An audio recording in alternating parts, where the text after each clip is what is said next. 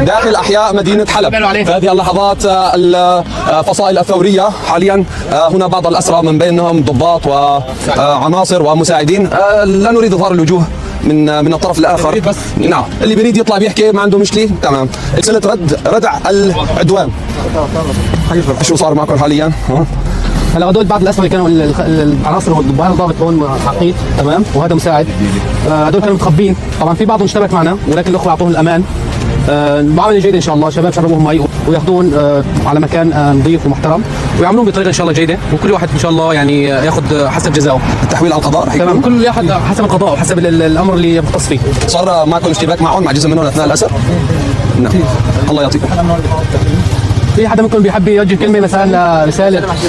والله اقسم بالله المحبه وانت مع النظام يعني يعني الطرفين يعني ما تزبط معي.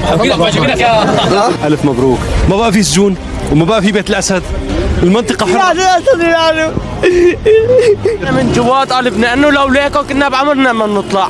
الحمد لله على سلامتك يا عمي. الله يسلمكم يا رب. كيف حالك؟ الحمد لله رب العالمين. من وين حضرتك؟ من جسر الشهور. من جسر الشغور؟ شو جاي تعمل هون بحلب؟ كنت محبوس عن النظام. كنت بالسجن؟ ايه شو صار لك بالسجن؟ 8 سنوات. مبروك. ما بقى في سجون وما بقى في بيت الأسد، المنطقة حرة.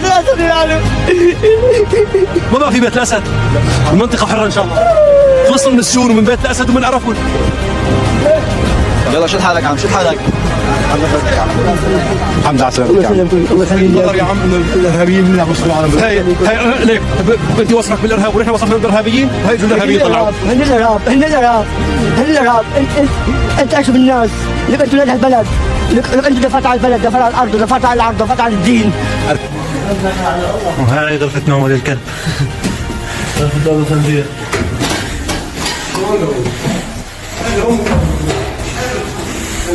وهي الجاكوزي تبعهم.